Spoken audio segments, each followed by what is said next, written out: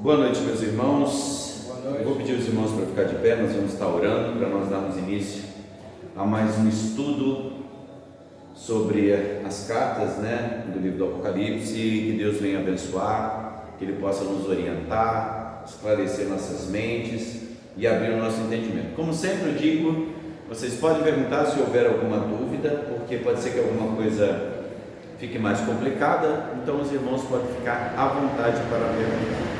Tá bom, meus amados? Então nós vamos estar orando para dar início.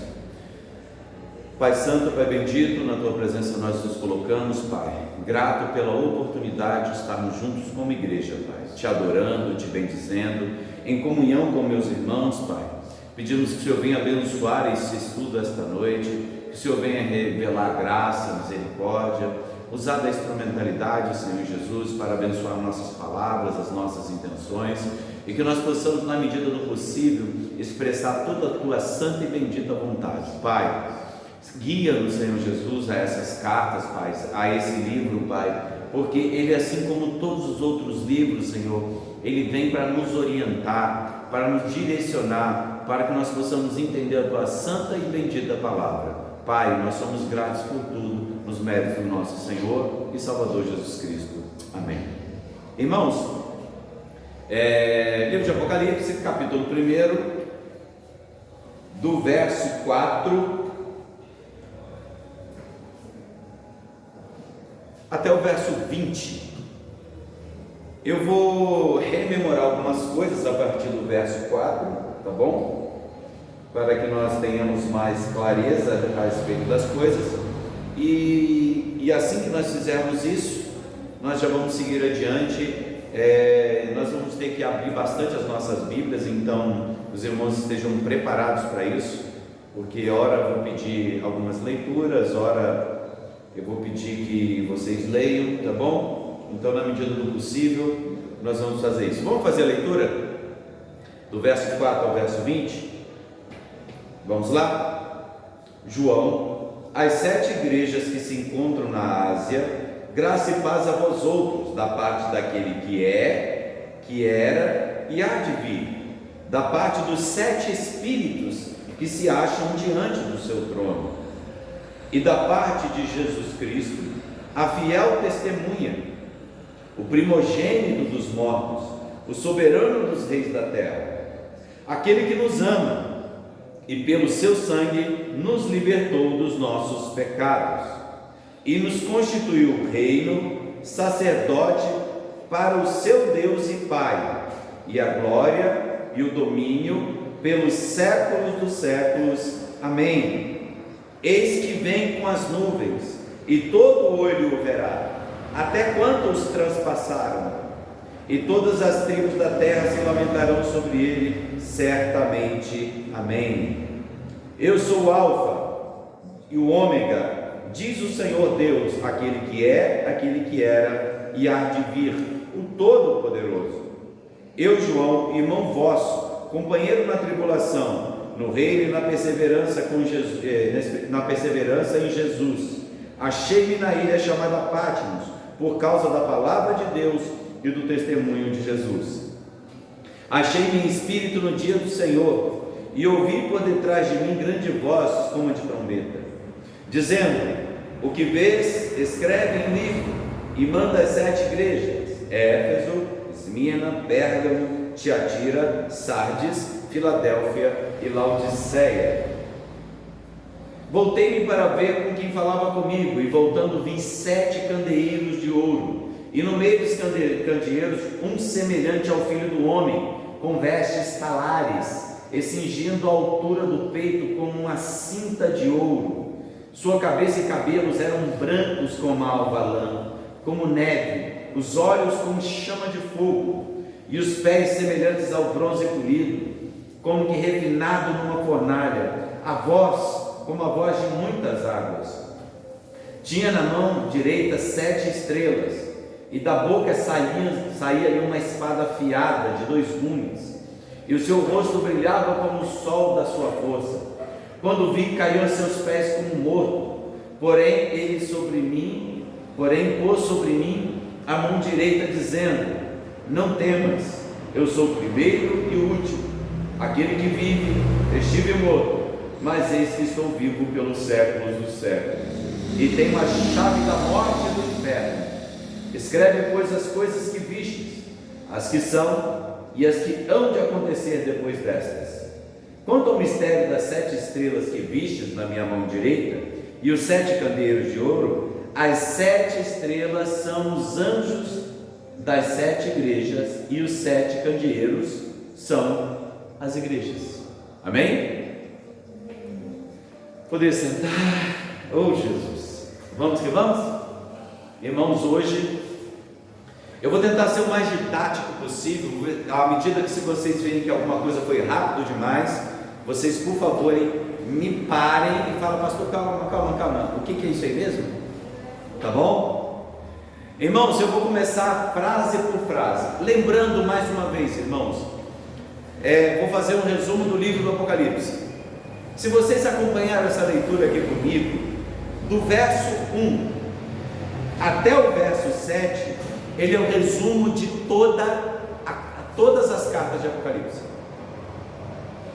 Em outras palavras, nós temos a primeira apresentação de todo o livro de Apocalipse, de todo o livro, nos 7 primeiros versículos. E por que o 7? Porque o 7 é um dos números mais significativos que nós temos na Bíblia. Para vocês terem uma ideia, o número 7 no livro de Apocalipse, ele aparece 54 vezes. 54 vezes aparece o número 7. E por quê? Porque o número 7, dentro da cultura judaica, o 7 representa a totalidade de todas as coisas, a perfeição, a totalidade em todos os tempos e em todas as eras. O 7, ele é a completude. Irmãos, talvez os irmãos não saibam disso, mas a estrutura hebraica, nós estamos falando de estrutura hebraica por quê? Porque esse livro, por mais que ele tenha sido escrito em grego, há hebraísmo sem fim. Há hebraísmo sem fim nesse livro, tá bom? Como eu disse para vocês, citação direta do livro de Apocalipse, nos seus 406 versículos, 278 citações diretas do Antigo Testamento, e nós vamos ver todas.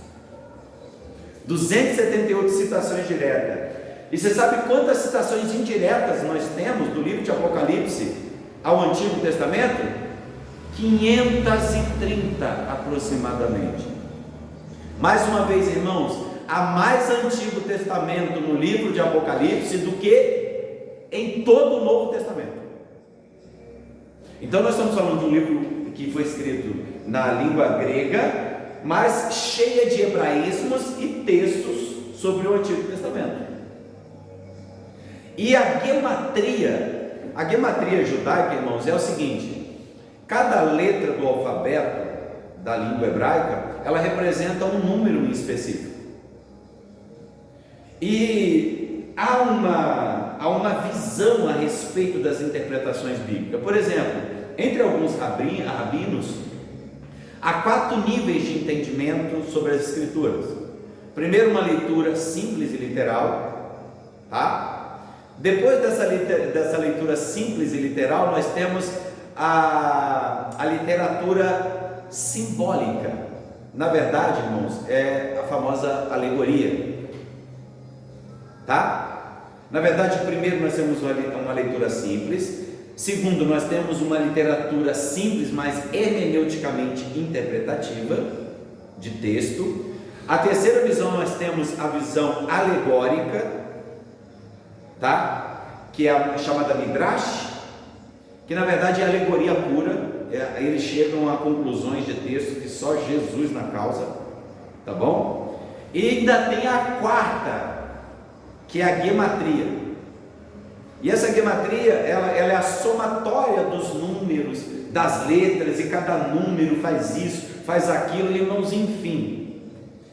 Mas, por mais que a gematria não seja propriamente usada no livro de Apocalipse, a não ser isso que eu me lembro em 2 casos específicos, de uma forma geral, essa ideia de número era algo muito forte entre os judeus. Então os números são cheios de símbolos. Por exemplo, você vai falar de 1000 anos. Por exemplo, a palavra 1000. O contexto da palavra 1000 dentro do livro de Apocalipse significa um número indizível, um tempo que é grande, mas ele não representa exatamente 1000. Tipo assim, 99, 1000, 1001, pronto, já não é mais. Não é isso. O 1000, ele pode significar eras e eras. Você vai encontrar isso, por exemplo, no Antigo Testamento, no salmista. Por quê? Porque um dia para o Senhor é 1000 anos, e 1000 anos, um dia. Então ele está falando de tempos e eras, ou seja, é só uma representação. O salmista não estava usando o 1000. Deus não está falando de 1000 através do salmista, a palavra 1000 propriamente dita. Vocês percebem? Então os números ele tem esse quesito.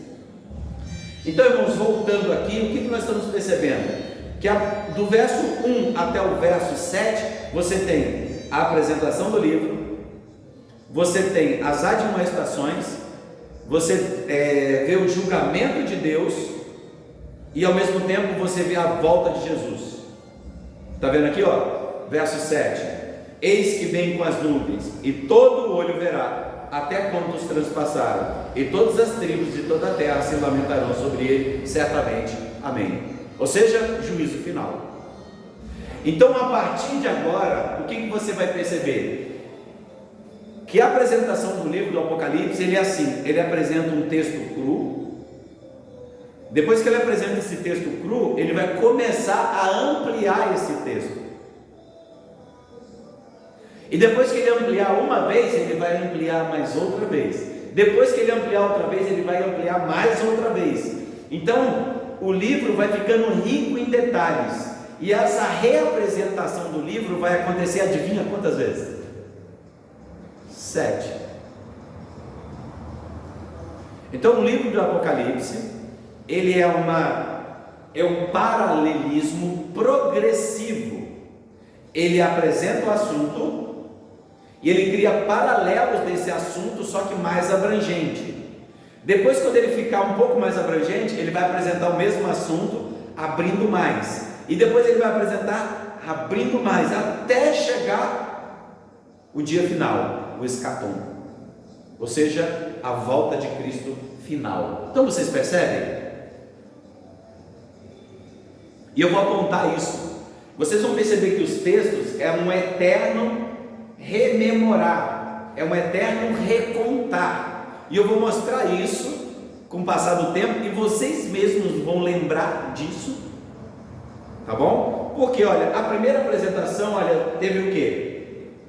A apresentação de Deus Pai, a apresentação de Deus Filho, a apresentação do Deus Espírito Santo, falou sobre a liderança da igreja, o sacerdote, falou tudo sobre isso e a volta de Cristo.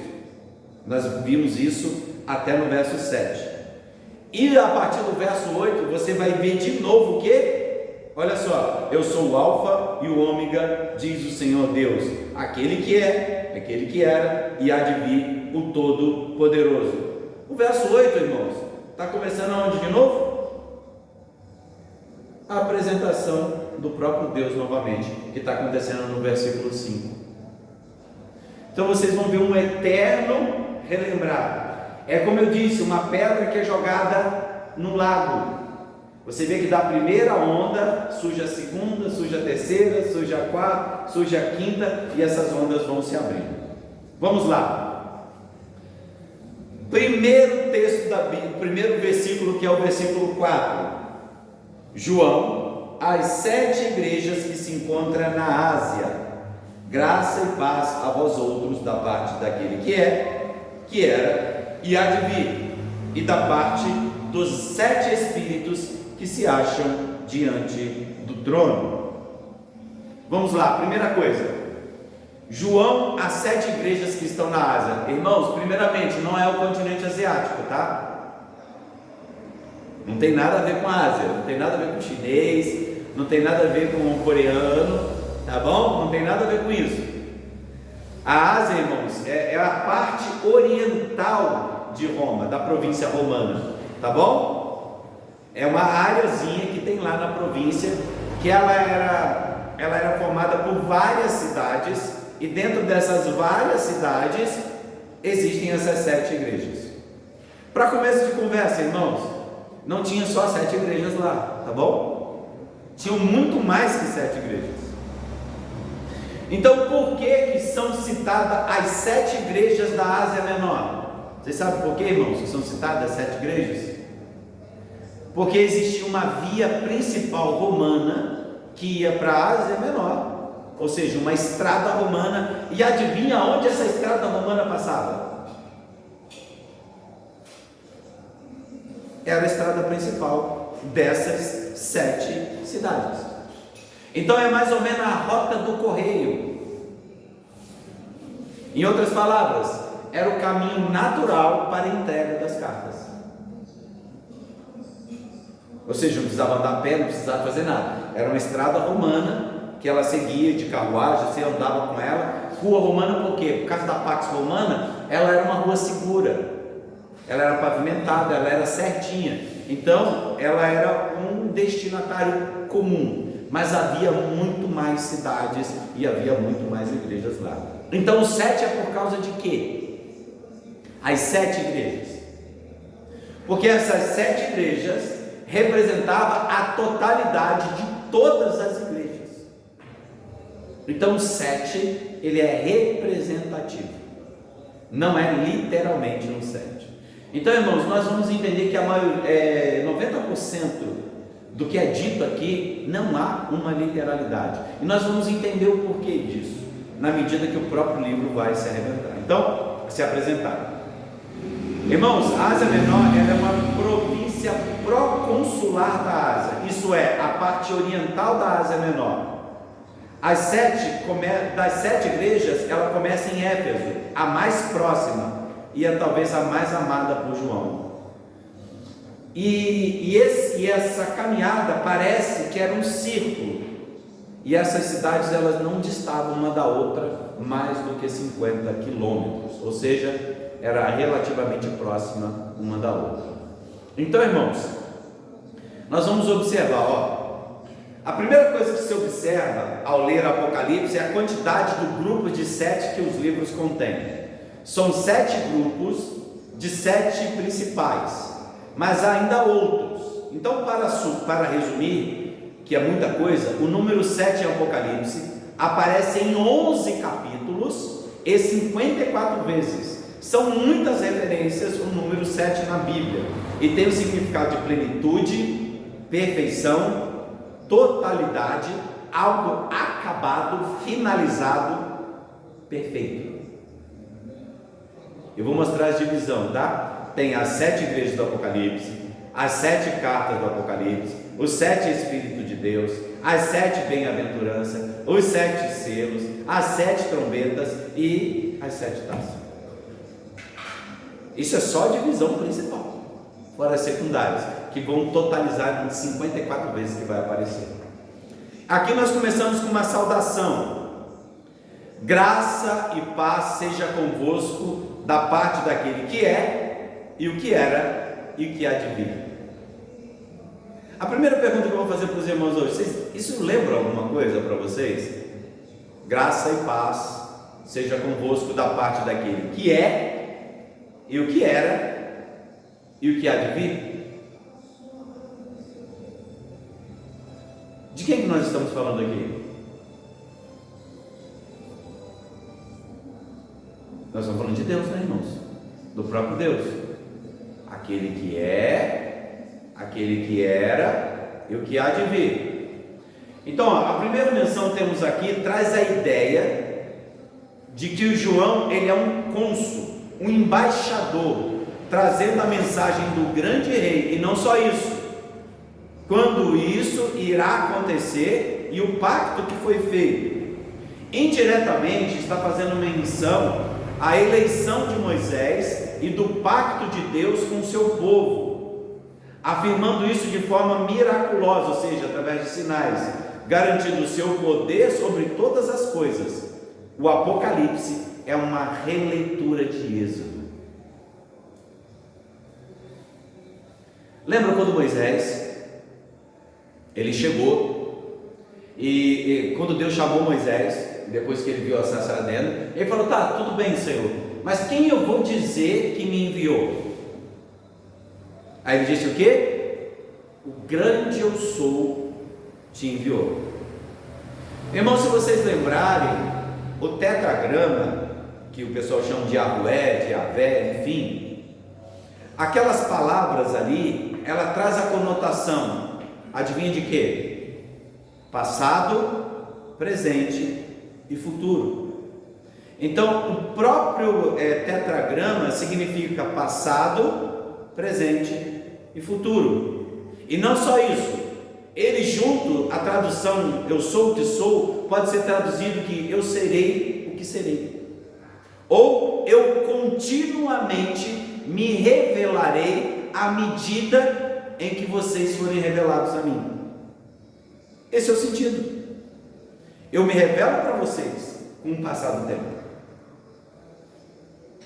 Então agora, vocês tendo esse texto em mente, vocês vão pensar o quê? Eu sou aquele que é, aquele que era e aquele que há de vir. Irmãos, isso está em Êxodo 3, do 13 a 15, está escrito assim: então disse Moisés: eis que quando eu for aos filhos de Israel e me disser, o Deus de vossos pais me enviou a vós, e eles me disserem, qual é o seu nome? Que lhes direi?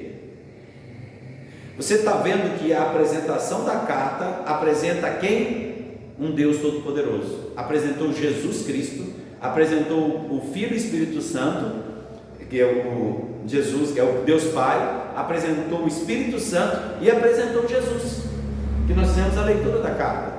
Ou seja, com que eu vou falar para o povo quem é que me enviou? João está colocando quem que enviou ele. Quem que enviou João?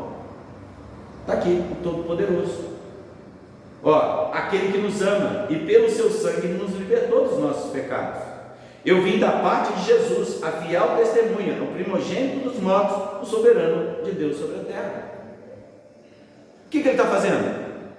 A mesma coisa que foi feito em Gênesis. Qual é o sinal miraculoso que Moisés viu para ele apresentar a Deus? Qual o primeiro sinal? A tocha de fogo que queimava na sarça ardente e ela não se apagava. A chama viva pode representar o próprio Deus, mas também o Espírito Santo, aquela chama que não se apagava na sarça. Então nós temos aí uma recontagem de Gênesis sobre outros aspectos. E ele falou: e disse Deus a Moisés, eu sou o que sou, e disse mais, assim dirá aos filhos de Israel, eu sou, me enviou a vós. Vocês entendem? Então nós vemos o que? Que esse memorial, esse poder miraculoso é apresentado para os filhos para dizer o que? Quem está enviando essa carta não é João, é o próprio Deus. Então olha só, graça e paz convosco da parte daquele que é, daquele que era e de há de vir. E ele apresenta dos 7 espíritos que estão diante do seu trono. E aí? Quem são esses 7 espíritos que estão diante do trono?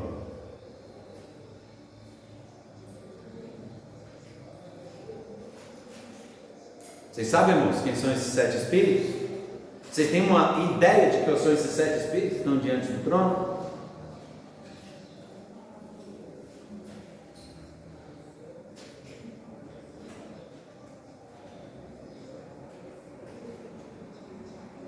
Na verdade, vocês já viram isso. Está no verso 20. Ele já explica lá no verso 20. E quanto ao mistério das 7 estrelas que vistes na minha mão direita, e os 7 candeeiros de ouro, e as 7 estrelas são os anjos das 7 igrejas, e os 7 candeeiros são as 7 igrejas.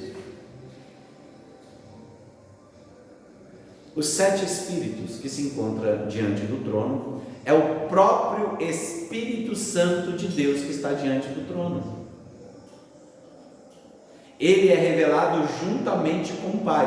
E os 7 espíritos, eles são a garantia de que a igreja se mantém viva, que ela se mantém em pé.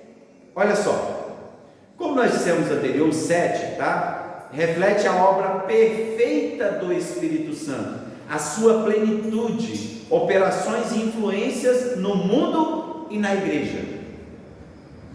Você vê, ele se apresenta diante do trono, ele se apresenta diante do sacerdote, ele se apresenta aonde, além disso, onde mais que ele se apresenta? Bicho na mão, os candeeiros, que representa a igreja, diante do trono, diante do trono e diante da igreja, ou seja, fazem parte do juízo de Deus e fazem parte da igreja. Está meio confuso para vocês? Vamos lá. Como dissemos anteriormente, os 7 espíritos são representados pelo candeeiro com os 7 tubos, que é a plenitude das igrejas, e as chamas representam o Espírito Santo que mantém essas igrejas diante do Senhor. Aonde que a gente acha isso? Esse texto está apontando para Zacarias, capítulo 4, verso 2 a 6. Me acompanhe, eu vou ler. Zacarias, capítulo 4, do verso 2 a verso 6. Ou seja, o Apocalipse é um rememorar das profecias do Antigo Testamento.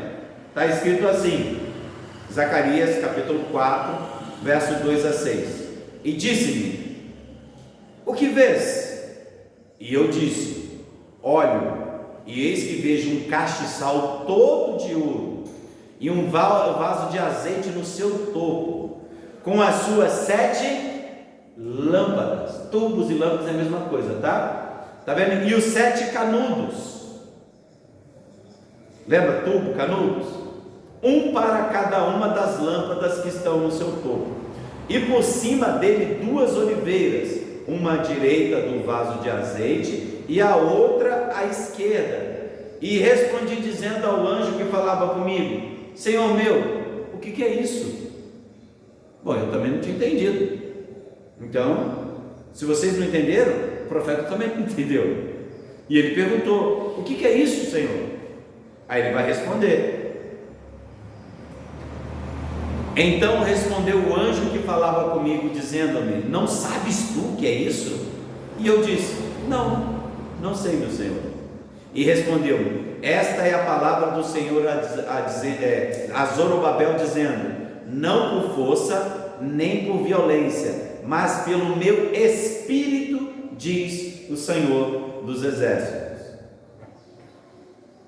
Zorobabel estava tendo um problema na reconstrução do templo. Eles tinham ainda reconstruído os muros de Jerusalém, e agora eles estavam reconstruindo o templo. E Zorobabel, ele estava demorando quase 14 anos.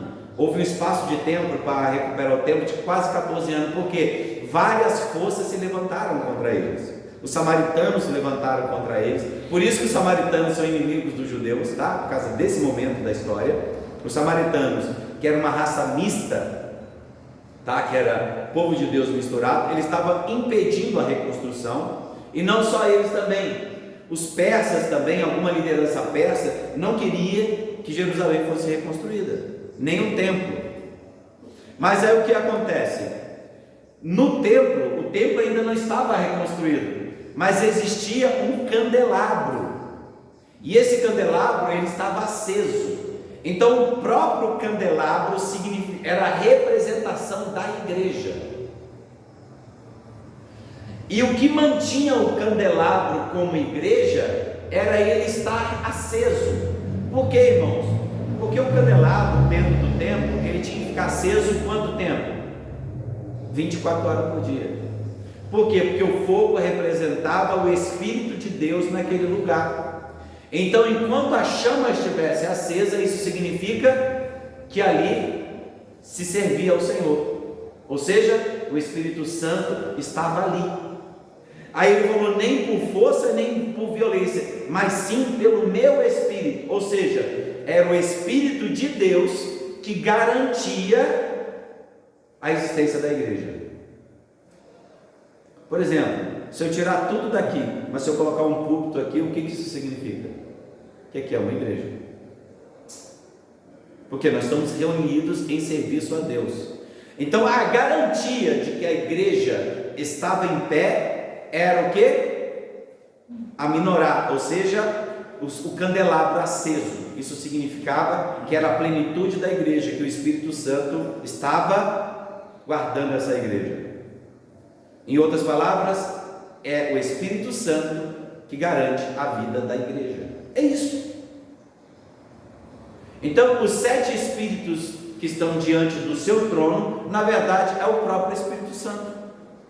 É ele apresentando. O Espírito Santo é aquele que mantém a igreja de pé. Não foi isso que Cristo disse? Eu vou, mas eu deixo contigo o quê? O Espírito Santo, o Consolador. Ou seja, o Espírito Santo é a garantia de quê? De que a igreja de Jesus ia estar viva nas eras, nos séculos dos séculos. Não é isso, irmãos? Tira o Espírito Santo da igreja, o que acontece com a igreja? Acabou. Tá? Aí, continuando com o verso, tá, irmãos? Continuando com o verso, nós estamos no verso 4, né? E da parte de Jesus Cristo. Agora nós estamos no verso 5. A fiel testemunha, o primogênito dos mortos e o soberano dos reis da terra. Será que nós precisamos dizer alguma coisa? Agora Cristo, ele tem para si o quê? Um título. E qual é o título de Cristo? Primeiro título dele, a fiel testemunha. Tá? A palavra testemunha aqui é martírio, ou martirioi. Significa aquele que foi morto, ele foi martirizado. Esse é o testemunho. E ele não é fiel testemunha? Até o fim ele não foi a fiel testemunha? E ele é o primogênito dentre os mortos e o príncipe dos reis da terra. Olha o outro título. Ele é aquele que teve morto e fez o quê? E ressuscitou. E ele é o que também? E o príncipe dos reis da terra. Em outras palavras, nem Roma conseguiu matar ele. Ele era mais poderoso do que o maior império da sua época.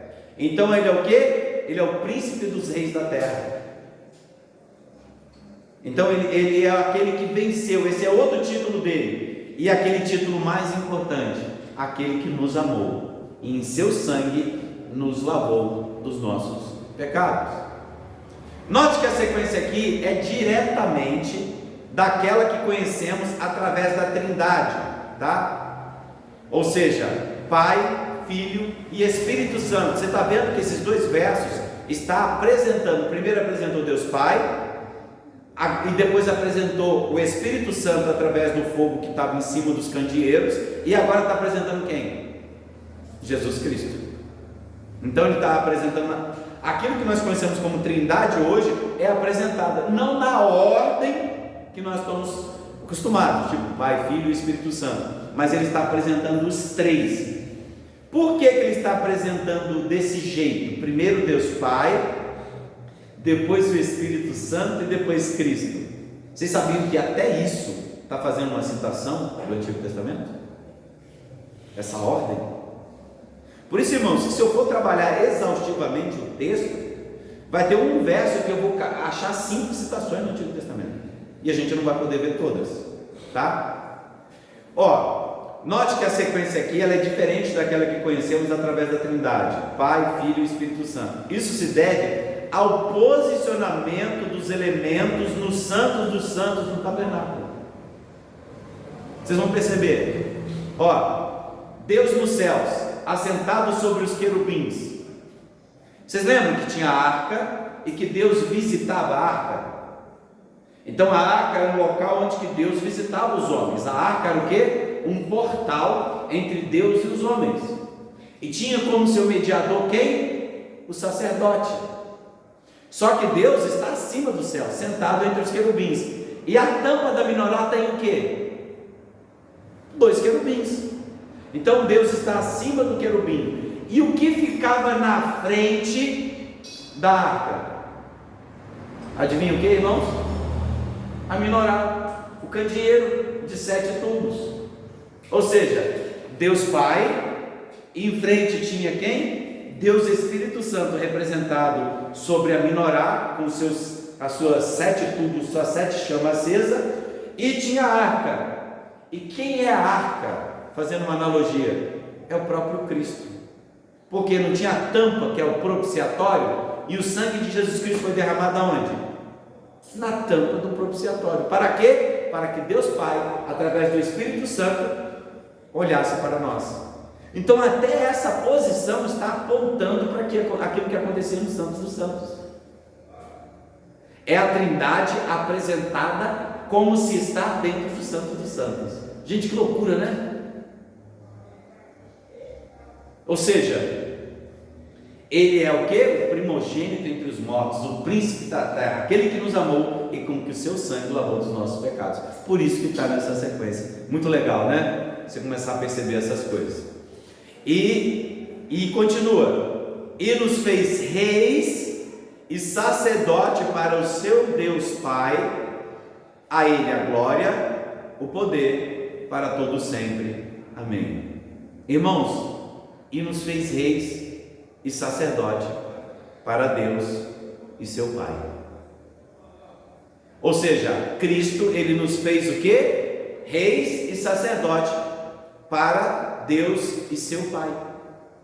E o que isso significa? E vós me sereis um reino sacerdotal e o povo santo. Estas são as palavras que falará aos filhos de Israel. Êxodo 19:6. Não é isso que Deus fez? Você é nação santa, sacerdócio real, povo adquirido. Nós não aprendemos isso? Que Deus deu um nome para nós e se fez Deus para nós, casou com Israel, casou com o seu povo. Nós não aprendemos isso na doutrina da aliança? É isso que ele está apresentando. Falou assim: eu sou o Deus que rege sobre vocês, e vocês são o quê? Meus sacerdotes.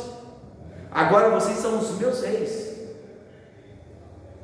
Ah, mas isso é no Antigo Testamento? Lógico que não, irmãos. 1 de Pedro, capítulo 2, 9 a 10, está escrito assim: mas vós sois geração eleita, sacerdócio real, nação santa, o povo adquirido para quê? Para que anuncieis a virtude daquele que vos chamou das trevas para a sua maravilhosa luz.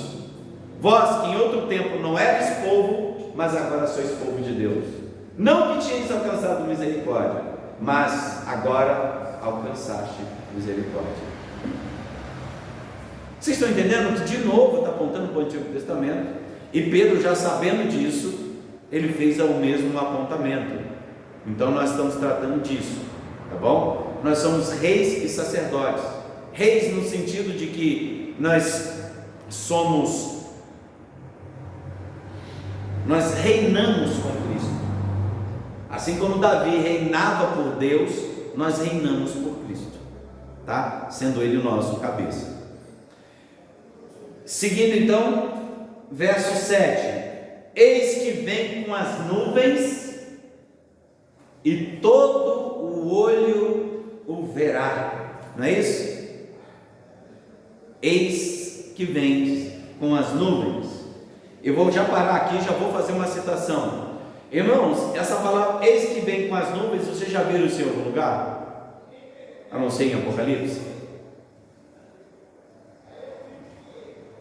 Gente, uma citação direta de Daniel. Citação direta do livro. Eis que vem com as nuvens, tá? Vem com as nuvens, irmão, significa glória, tá bom? Ele vem por cima, ele vem com glória. com poder abençoador. Daniel, capítulo 7, verso 13 e 14. Nós vamos repetir esse Daniel e Ezequiel, vai vir igual chuva, tá? Que vale, hora a hora nós vamos ver isso. Daniel, capítulo 7, verso 13 a 14.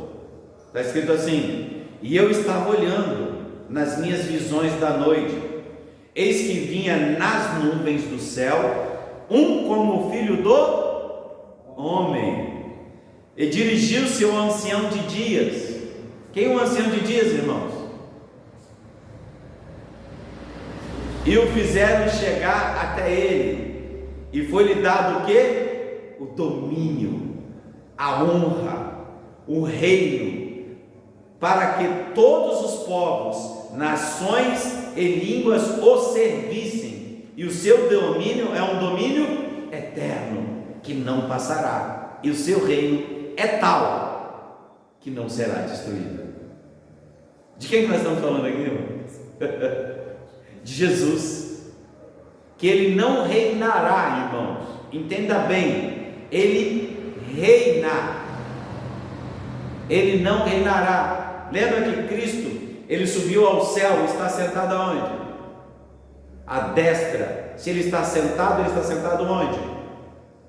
Num trono. E quem está no trono faz o quê? Reina, julga, tá? Então esse que vem nas nuvens significa glória, e Daniel 7 representa essa visão de forma muito clara, e ainda vai continuar, tá?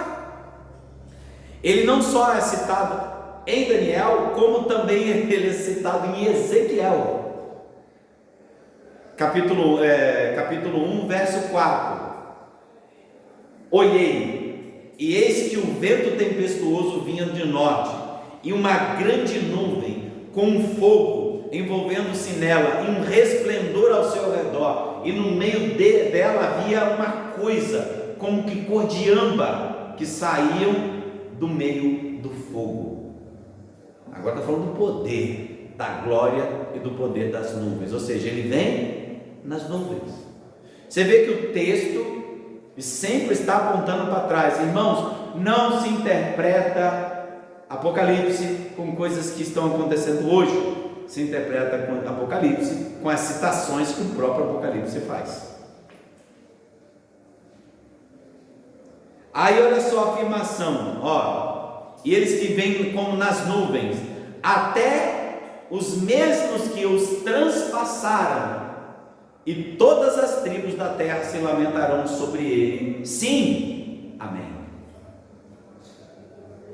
Olha só, até mesmo que os transpassaram. Ele vem na nuvem com seu poder e glória para julgar tudo com seu poder, com sua glória. E agora até os que o transpassaram. A palavra transpassar tem dois sentidos, tá, irmãos? A palavra transpassar significa pecar contra. Talvez você tenha ideia na cabeça aí que parece que é aquelas pessoas que furaram Cristo, né? Pode ser também, vai incluir eles também. Mas transpassaram significa aquele que transgrediram, aquele que pecaram, aquele que pecou contra Cristo.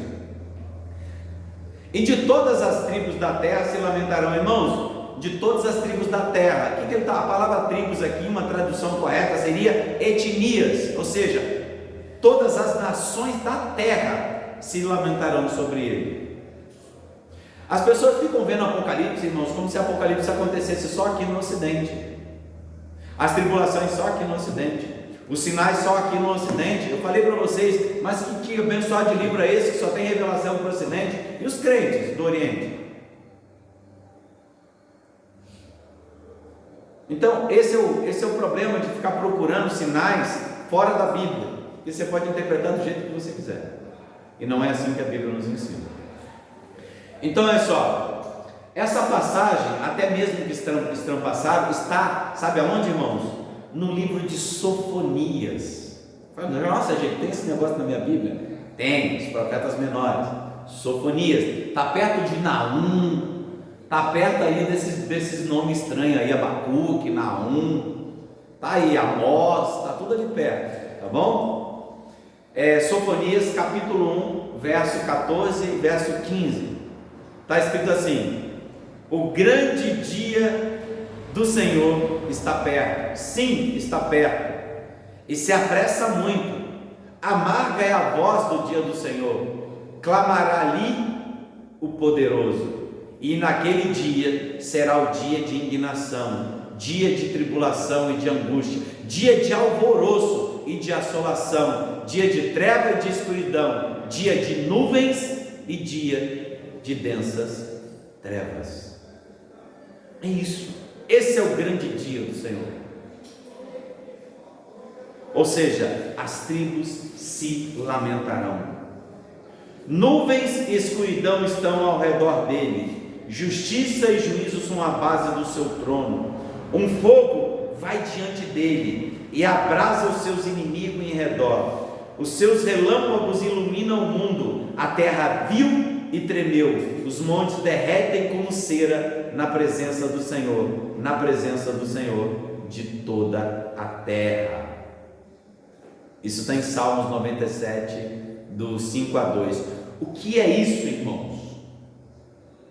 Vocês percebem o quê? Que todo olho vai ver. Gente, todos, até os que estavam mortos vão ver o dia do Senhor. E todas as tribos da terra se lamentarão sobre ele. Gente, Jesus veio. Então a pergunta que eu faço é possível que tenha um arrebatamento secreto, irmãos? O texto está dizendo que todo mundo vai ver. Ele vai vir julgar. Terrível vai ser o dia do Senhor. Até os que pecaram contra Cristo, até aqueles que atravessaram ele lá na lança no dia da crucificação, que furaram suas mãos, até ele vai ver. Então fica difícil eu tentar olhar os textos e ver um arrebatamento secreto, sendo que o julgamento é público e a volta do Senhor nas nuvens. Todo olho verá, e todas as tribos se lamentarão. Então fica difícil, tá? Conseguir ver. A palavra até mesmo os que os traspassaram, essa expressão, irmãos, ela é tomada de Zacarias, profeta Zacarias de novo, capítulo 12, verso 10. Vocês estão vendo que é tudo Antigo Testamento? Está escrito assim, a expressão, mas sobre a casa de Davi e sobre os habitantes de Jerusalém derramarei o espírito de graça e de súplicas, e olham para mim, até a quem transpassaram, e prantearão sobre ele, como que pranteia pelo filho unigênito, e chorarão amargamente por ele, como se chora amargamente pelo primogênito. Ou seja, o arrependimento vai ser tão grande que é como se fosse o seu primeiro filho que tivesse morrido na tua mão. Esse vai ser o nível do pranto.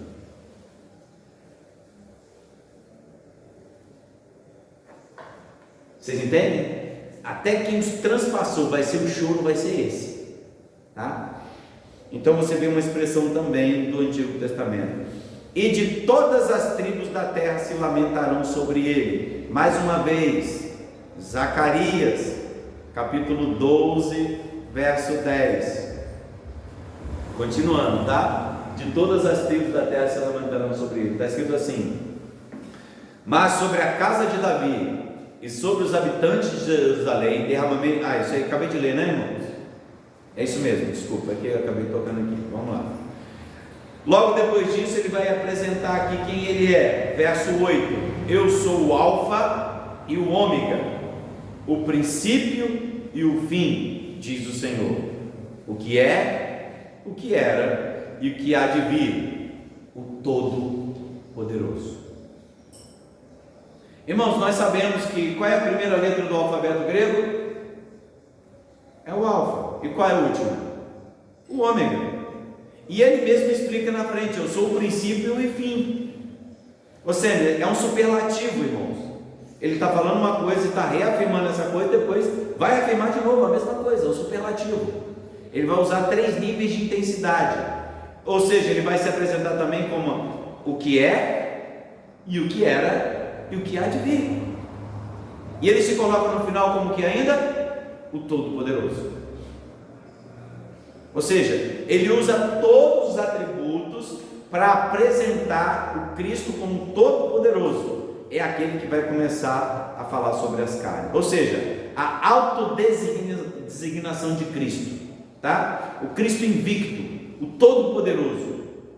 O Cristo se descreve como completa, perfeita e eterna revelação de Deus.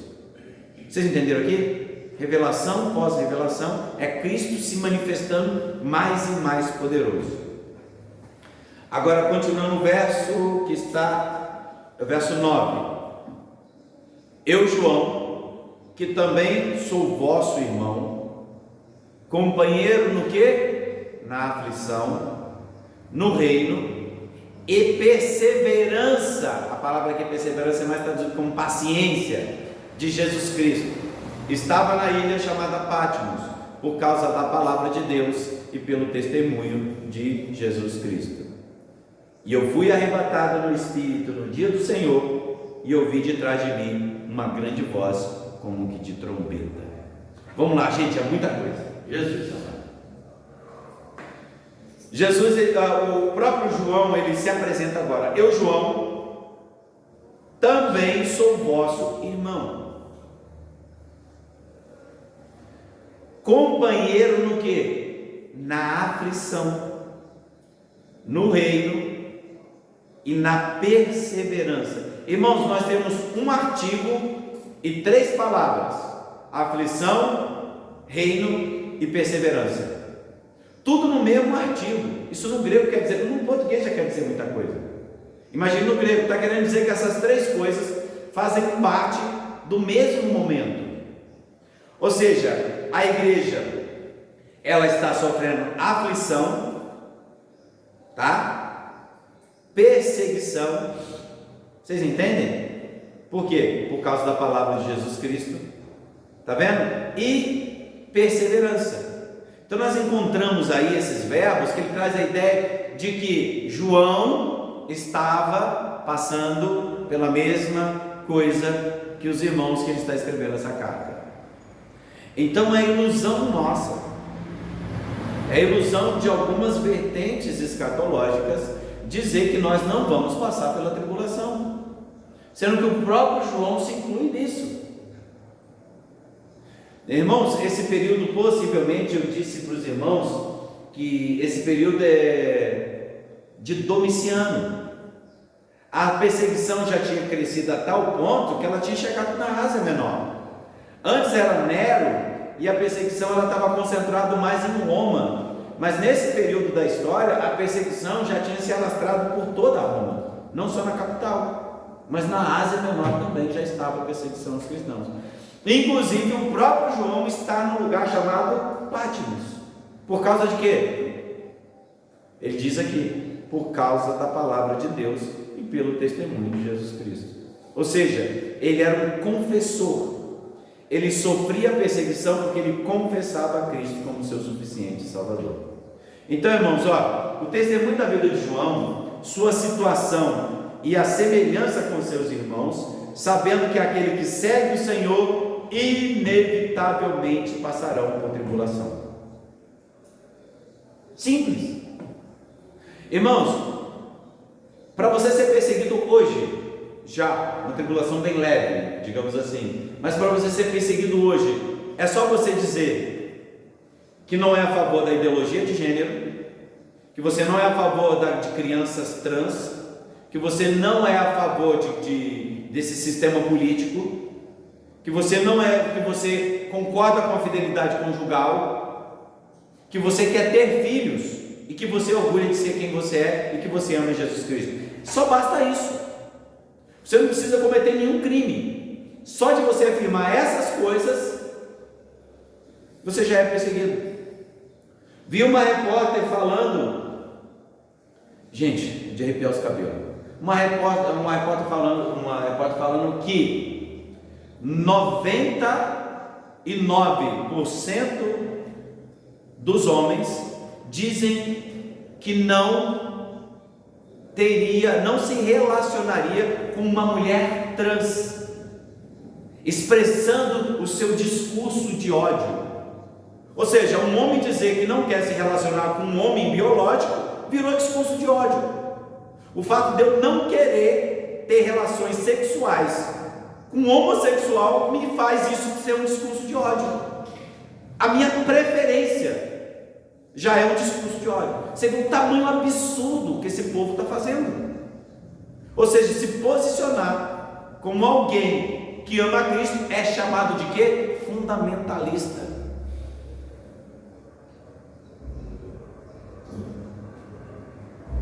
Achar que uma mulher, ela, assim como a própria Bíblia diz, que ela não pode exercer o papel sacerdotal, ou seja, ser pastor, é discurso machista, capacitista e sexista.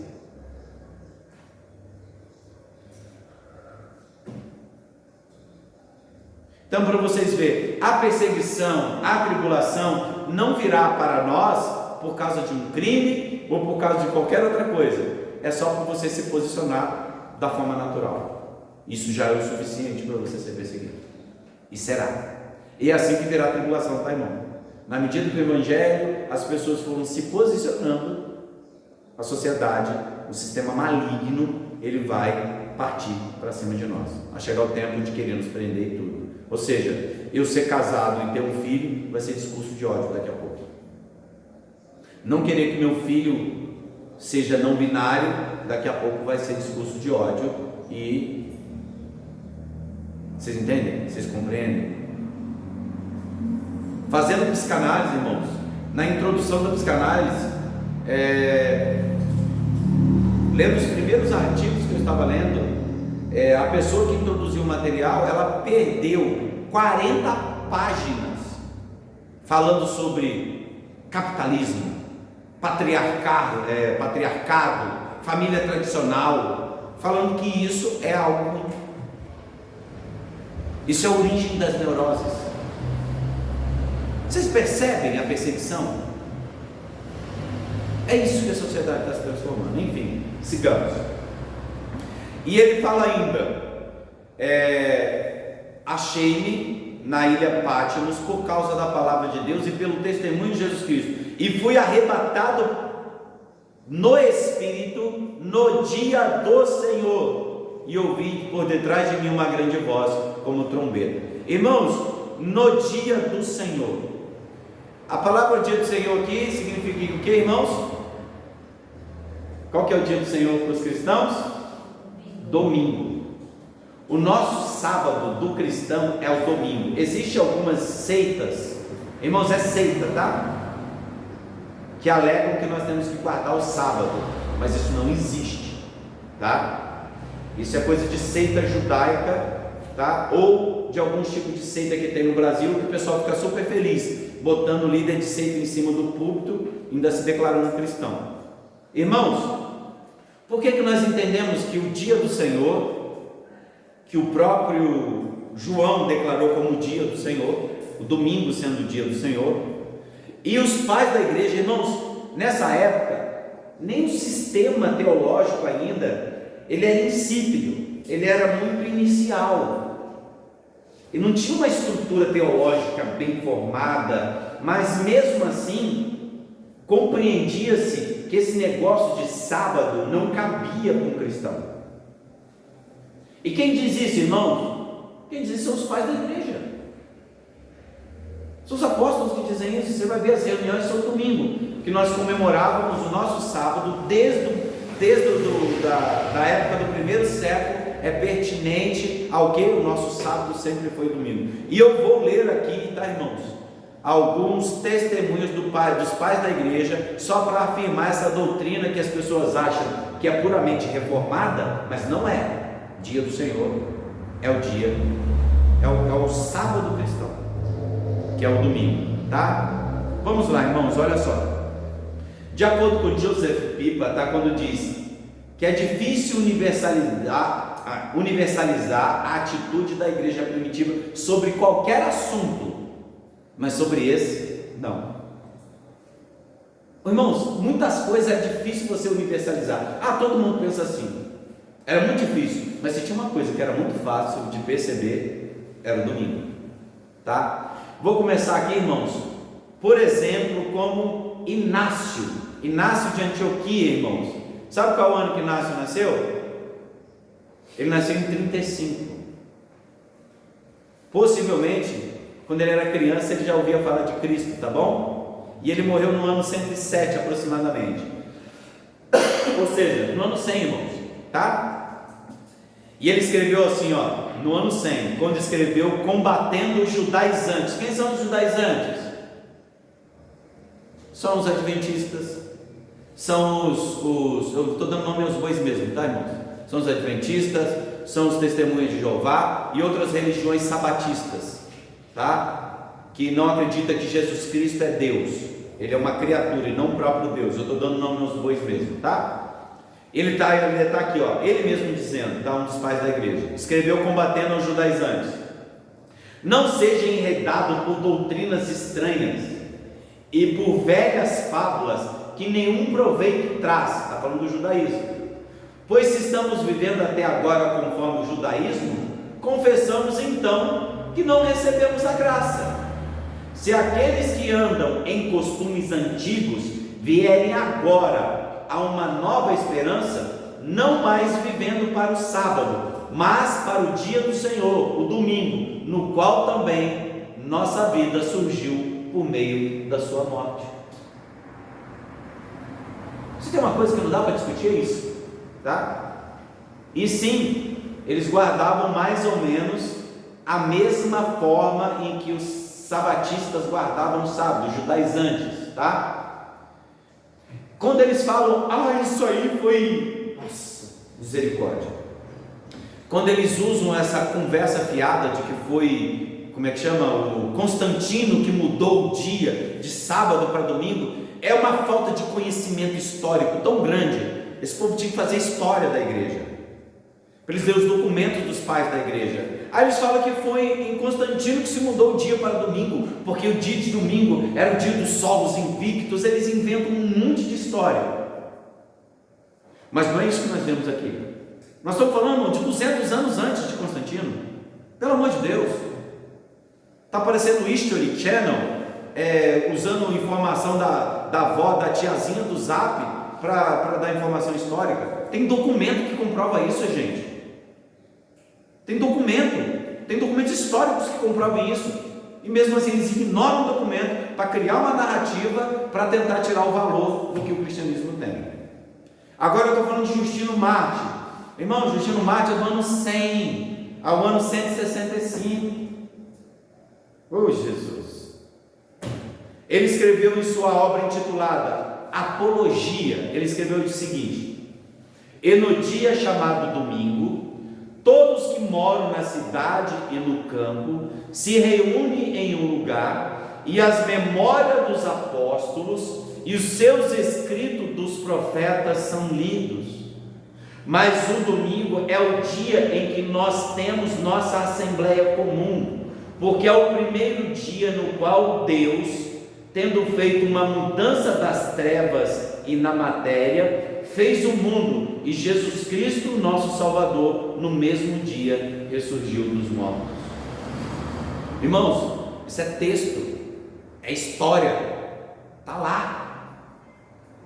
Isso é histórico, isso não é inventado por cristão do século XVIII, do século XV, XVI. Não foi os reformados que inventou isso. Isso é histórico. São cartas que vocês podem pesquisar na internet a respeito do assunto. Então nós estamos falando o que? Então, olha só, o que são chamados de memória dos apóstolos? O Novo Testamento, irmãos, são chamados de memória dos apóstolos. Porque o que o Novo Testamento é? Memória dos apóstolos. Eu sei que tem todo mundo aí fica falando um monte de coisa, tentando separar o Antigo Testamento do Novo Testamento, mas você pode ver o próprio testemunho de Justino Mártir no ano 100. Ele falou assim, era lidas as escrituras e o que? Os profetas, os salmos, e era lido o que também? A memória dos apóstolos. Eles não faziam divisão, irmão. Era um texto só. Não bastando, nós temos ainda quem? Orígenes. Tá? Ele é de 185 a 253. Orígenes, bispo de Alexandria, bispo de Alexandria. Não é o tiozinho da esquina, ele era um bispo. Tá?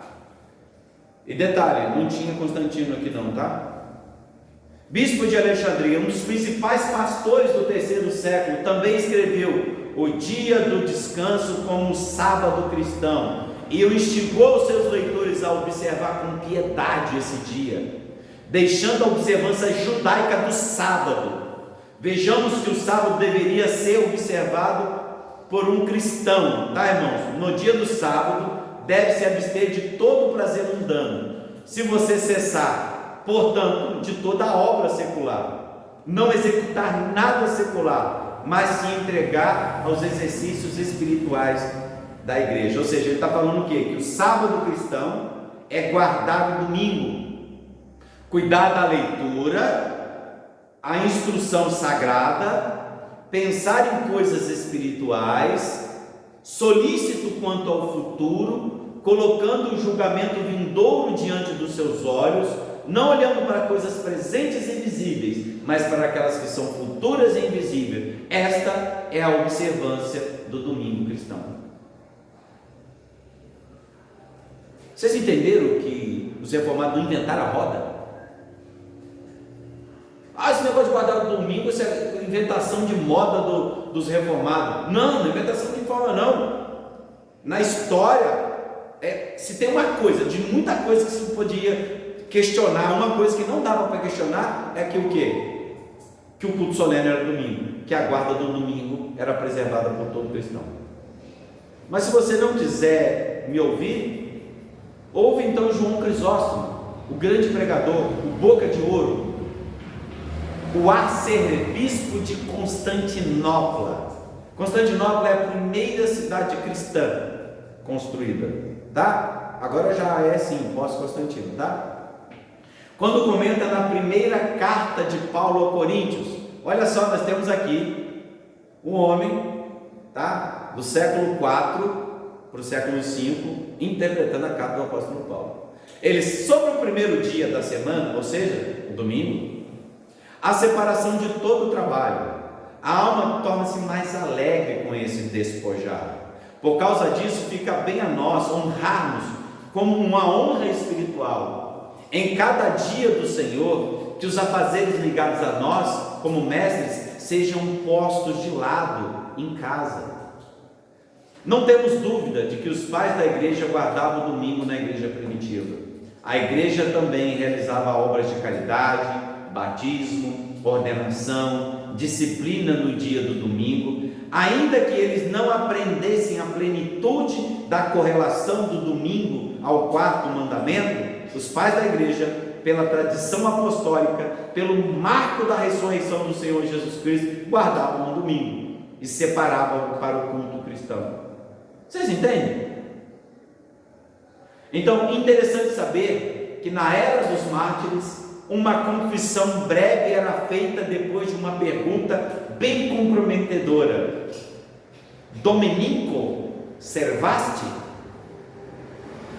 A pergunta que os algozes faziam antes de matar um cristão era: você guarda o domingo? E ele respondia: sim. Era o suficiente para ele ser morto.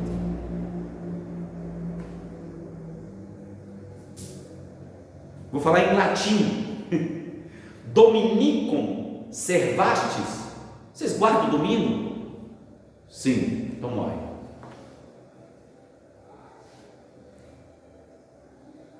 Agora vocês estão achando que nós inventamos a roda? Então vamos lá, seguindo o texto, aproveitando aí para falar um pouco dos mártires da igreja. Então ouvi de trás de mim uma grande voz como de trombeta. Irmãos, a palavra trombeta aqui, ela é algo muito interessante, porque o que uma trombeta significa? Irmão, trombeta não é só fazer barulho não, tá?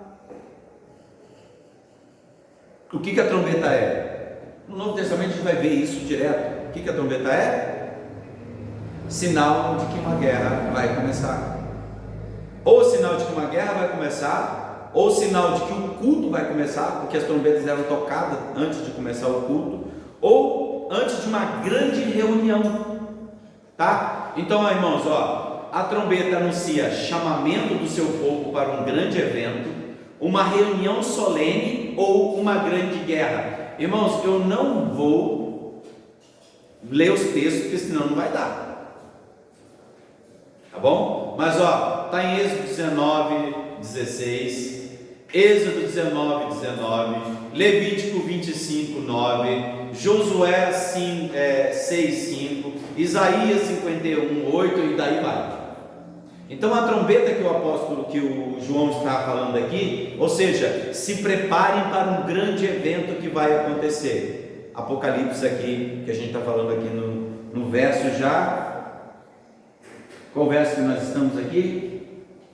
Verso 10, achei meu espírito, eu vi uma grande voz, como que de trombeta, ou seja, está anunciando uma grande coisa que vai acontecer. E qual é essa grande coisa que vai acontecer, irmãos?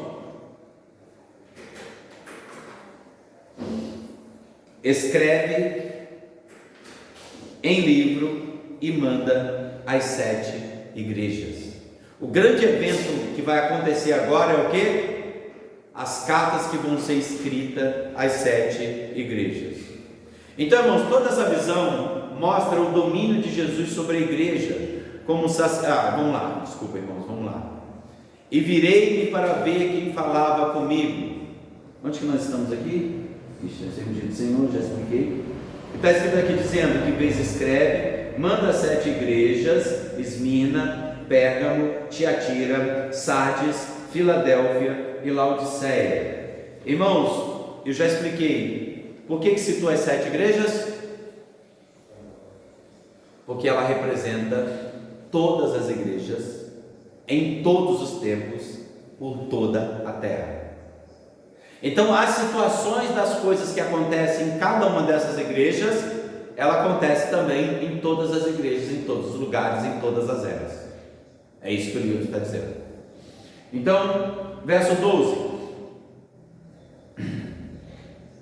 e virei-me para ver quem falava comigo, e virando-me vi 7 castiçais de ouro, e no meio dos 7 castiçais de ouro, um semelhante ao filho do homem, vestido até aos pés de uma roupa comprida, ou uma estola, cingido pelos peitos com um cinto de ouro, e a sua cabeça e cabelos eram brancos como lã branca, como a neve, e seus olhos como chama de fogo, e os seus pés semelhantes a latão reluzente, como se tivessem sido refinados numa fornalha, e a sua voz como a voz de muitas águas. E ele tinha na sua destra 7 estrelas, e da boca saiu uma espada aguda, espada de 2 fios, e o seu rosto era como o sol, quando na sua força resplandece.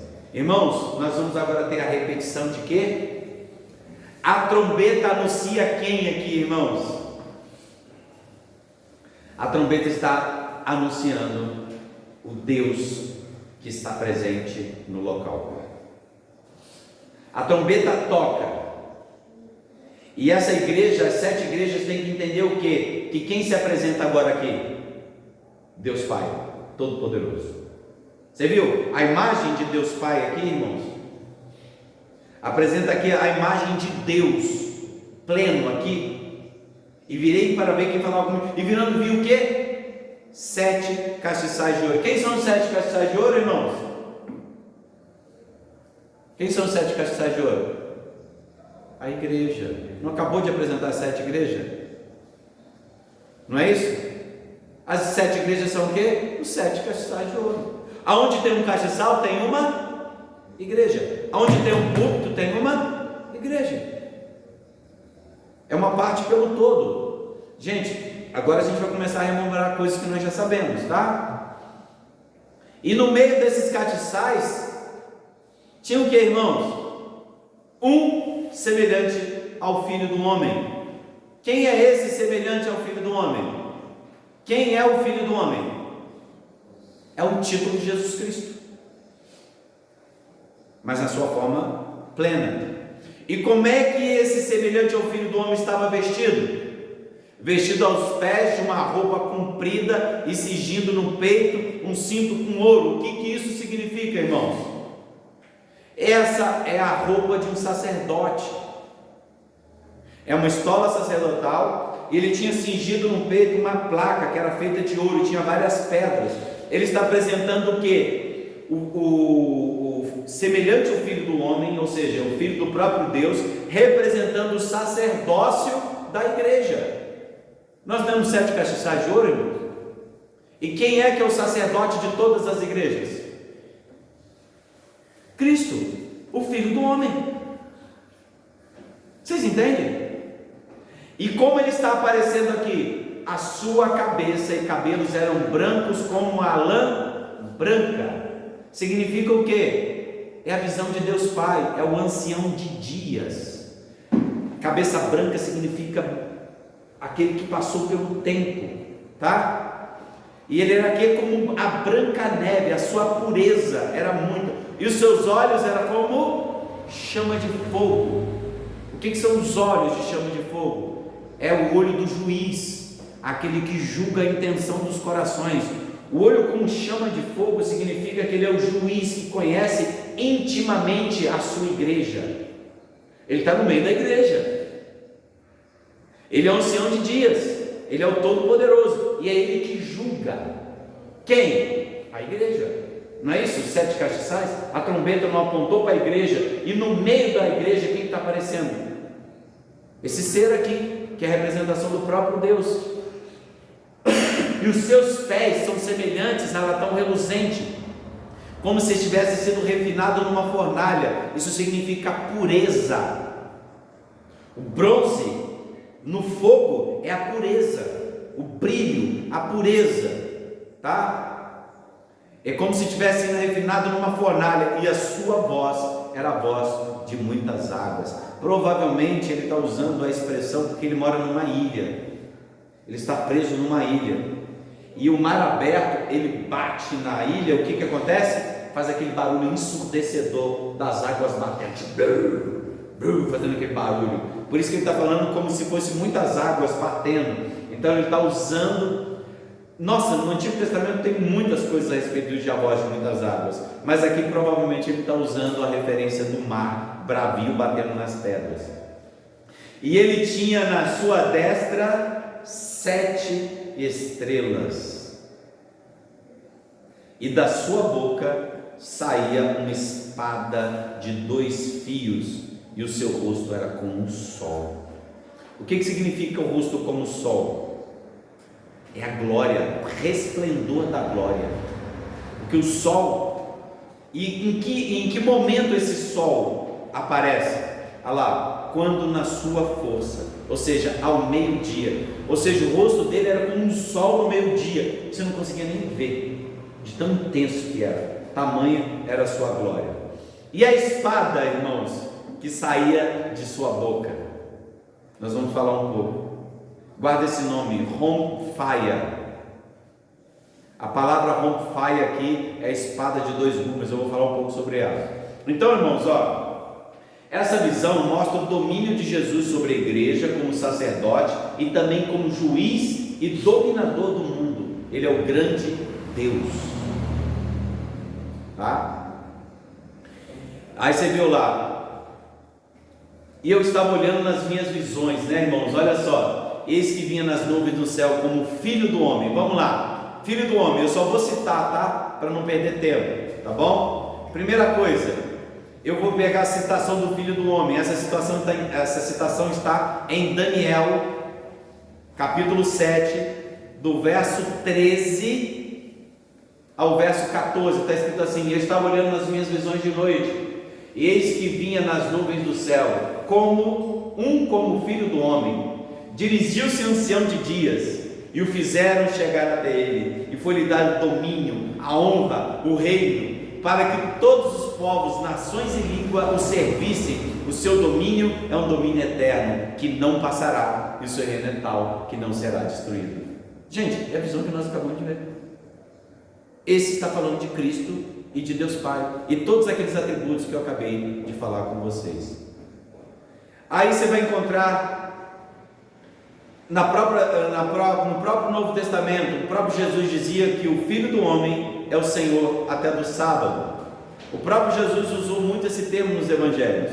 Em Jó você vai ver isso, em Marcos 14, 21, na verdade o Filho do Homem vai, como está escrito, ou seja, o próprio Jesus se coloca como Filho do Homem. Então está Marcos 14, 21, Mateus 26, 24, João 5, 27, Lucas 17, 30, Lucas 22, 69. Se você tem dúvida de quem é o Filho do Homem, você não precisa ter mais, tá? Marcos 14, 21, Mateus 26, 24, João 5, 27, Lucas 17, 30, Lucas 22, 69.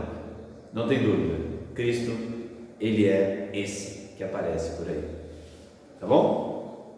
Em Daniel 10, irmãos, capítulo 5, verso 6, está escrito assim: e levantei os olhos e olhei, e eis um homem vestido com vestes brancas, de linho, e nos seus lombos cingido com um ouro fino. Ué, nós estamos citando a mesma coisa, né? No seu peito cingido em ouro, e o seu corpo era como berilo.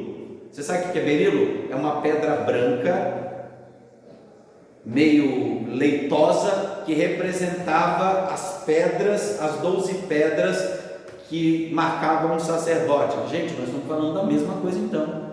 E o seu rosto parecia como um relâmpago, ou seja, iluminado, e os seus olhos como tochas de fogo. Tudo isso aqui, irmão, vai representar Deus. E os seus braços e os seus pés brilhavam como bronze polido. Só que lá ele está falando bronze no fogo, e a voz de suas palavras era como a voz de uma multidão ou de muitas águas.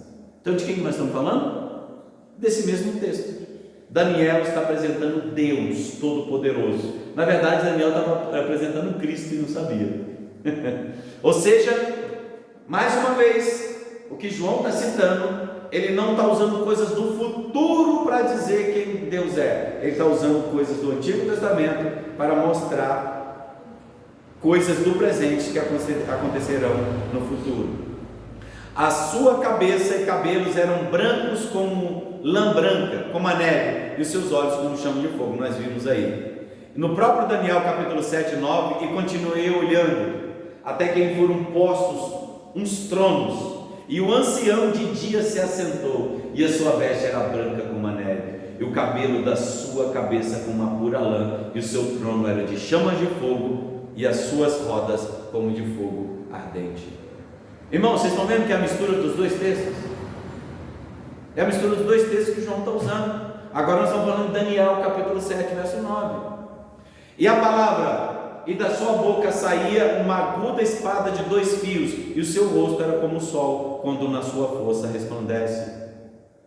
Então, irmãos, essa espada de 2 fios é uma espada muito conhecida, tá? Ela foi feita na Trácia, tá bom? O nome dessa espada é Ronfaia. Essa espada era um terror. Aonde que puxava essa espada, que ela brilhava, ela era uma espada curta, meio encurvada, que ela cortava dos dois lados. Um lado servia como foice, puxava e cortava, e ela tinha uma ponta que você empurrava e estocava, ou seja, de que lado que você batesse, essa espada cortava, a tal ponto que os soldados romanos tiveram que adaptar os capacetes e as armaduras para tentar suportar o corte dessa espada, de tão terrível que essa espada era.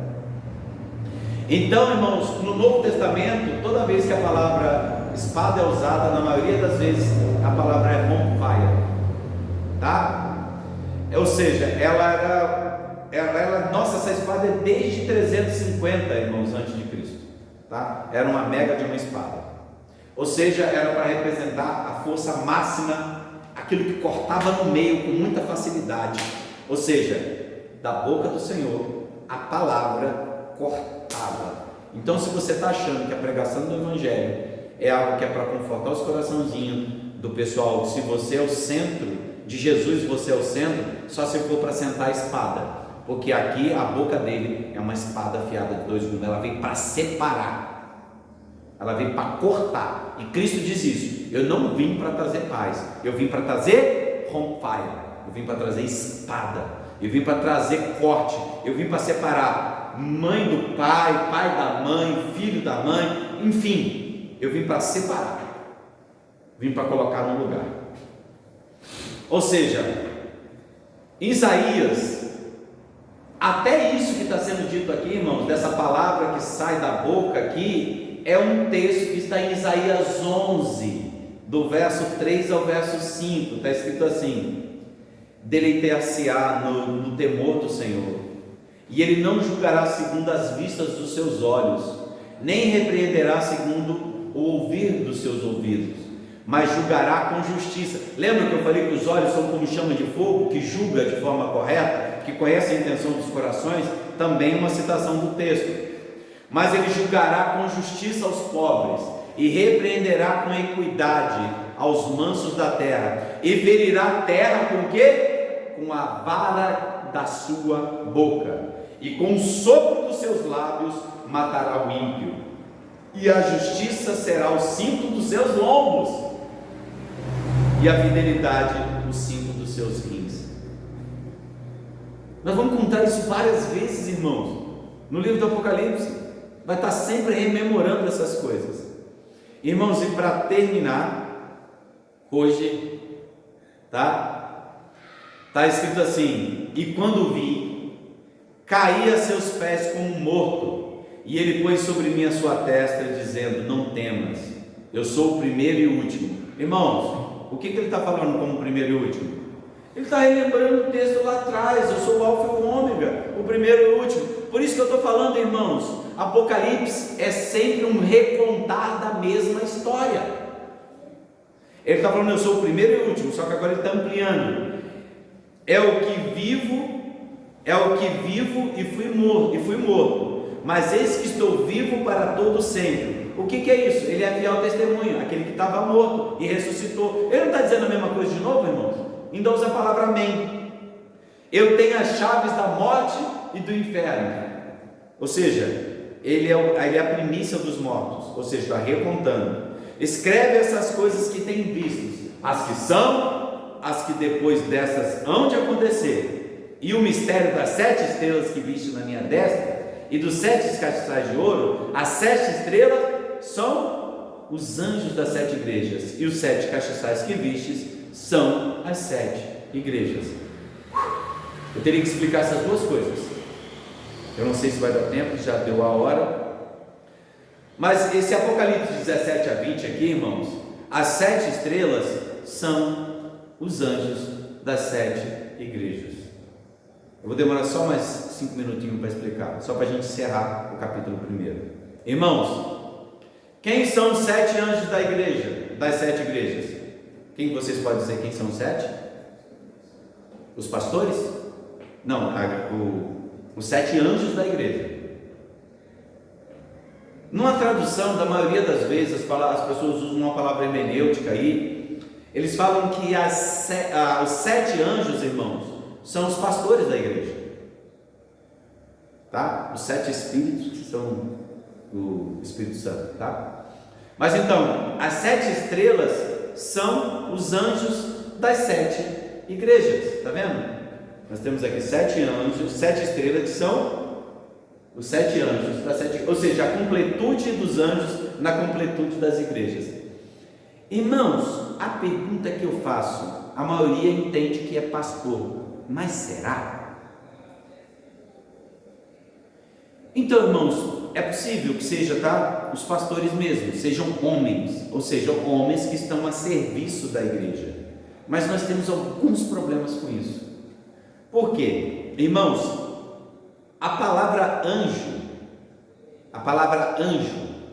no Apocalipse aparece 67 vezes.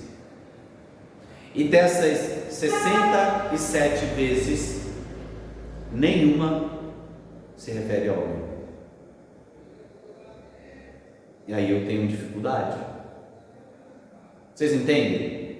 É possível que sejam homens? Sim, mas qual é o problema? Que nessas 67 vezes que aparecem os anjos aqui, da maioria das vezes eles são tratados como seres espirituais que estão a serviço da igreja. Por isso que são as 7 estrelas que estão sobre as 7 igrejas. E não é uma visão incomum nem do Novo Testamento e nem entre os judeus.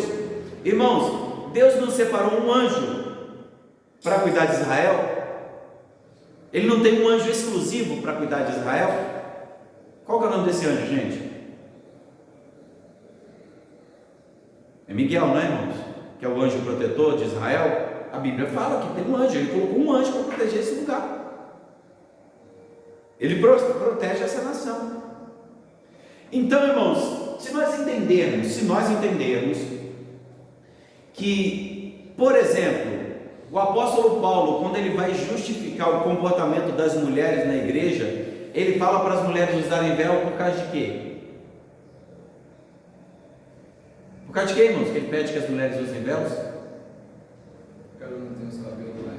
Não, por causa dos anjos que estão na igreja, em respeito aos anjos. E por que eles mandam que os homens não fiquem com a coberta, que não orem de cabeça coberta?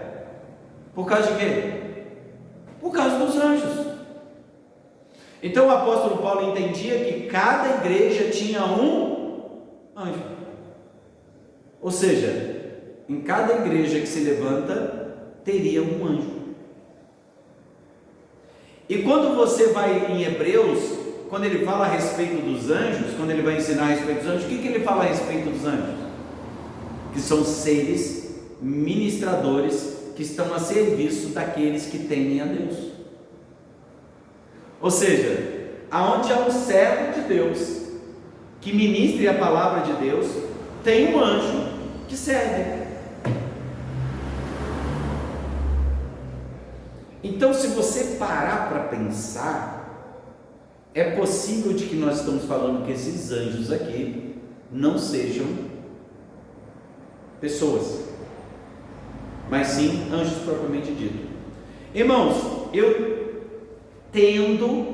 a minha tendência a crer que são anjos, mas aí a gente vai ter alguns problemas.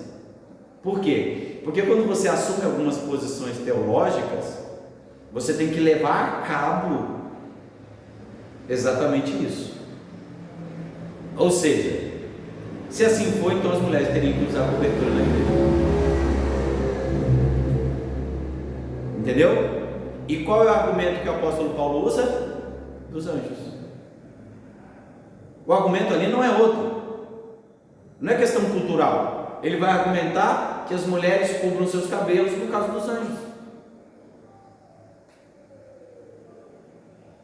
Então, assim, por exemplo, algumas igrejas reformadas de tradição holandesa, as mulheres cultuam de chapéu, sempre com a cabeça coberta. Por quê? Porque na questão do entendimento hermenêutico, eles compreendem que cada igreja tem um anjo que a protege, um anjo que está a serviço de Deus para abençoar essa igreja. Então, quando você assume certas posições, você teria que assumir várias implicações teológicas, né? Eu não estou pedindo para os irmãos as irmãs virem de cobertura, mas vocês imaginam que isso é algo que, se você compreende que realmente isso existe e que nós conseguimos ver isso no Novo Testamento e algumas afirmações dos apóstolos, nós começamos a compreender então que possivelmente, e outras coisas, a palavra 7 estrelas, essa palavra 7 estrelas, ela não é da cultura judaica, mas ela é da cultura helenística.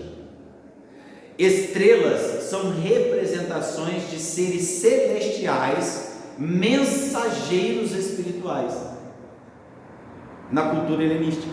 Em outras palavras, na cultura romana, toda vez que você falar de estrelas, vocês estão falando de quê? Anjos, mensageiros, que a palavra ângelo significa mensageiro.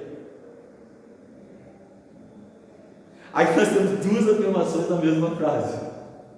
Sobre a perspectiva romana, está falando de anjo. E sobre a perspectiva paulina e dos apóstolos, está falando de quê? Anjo. Aí lascou, né, irmão? Então, eu tendo a crer que as 7 estrelas, ou os anjos ali, não são homens, tá? Não são pastores. Eles auxiliam os pastores, mas eles são mensageiros de Deus. É tipo um mediador que leva as orações.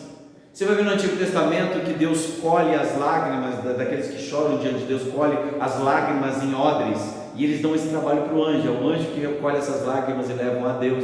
Então você vai ver um serviço espiritual na igreja, sobre um prisma espiritual, que a igreja, então, realmente, há um ser espiritual que toma conta da igreja.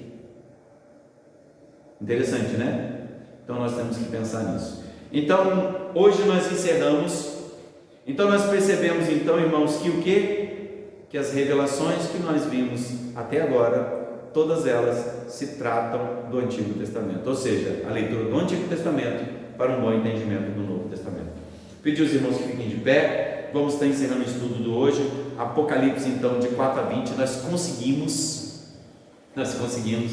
falar de todo ele. Aquele que achou que foi rápido demais, não se preocupe, dá uma parada no vídeo, veja a referência, e se vocês tiverem alguma pergunta, faça ao pastor, que nós vamos colocar depois a resposta dessas perguntas em vídeos que seguirão. Amém? Vamos orar? Pai Santo, Pai bendito, na Tua presença nós nos colocamos. Muito obrigado, Senhor, por esta noite, pela revelação da Tua palavra, por todos os ensinamentos. Pai, peço que abra nossos olhos e ouvidos espirituais, para que o entendimento sobre todas essas coisas sejam claro em nossas vidas, e que isso sirva de consolo, de admoestação, e para que nós cresçamos espiritualmente em Ti.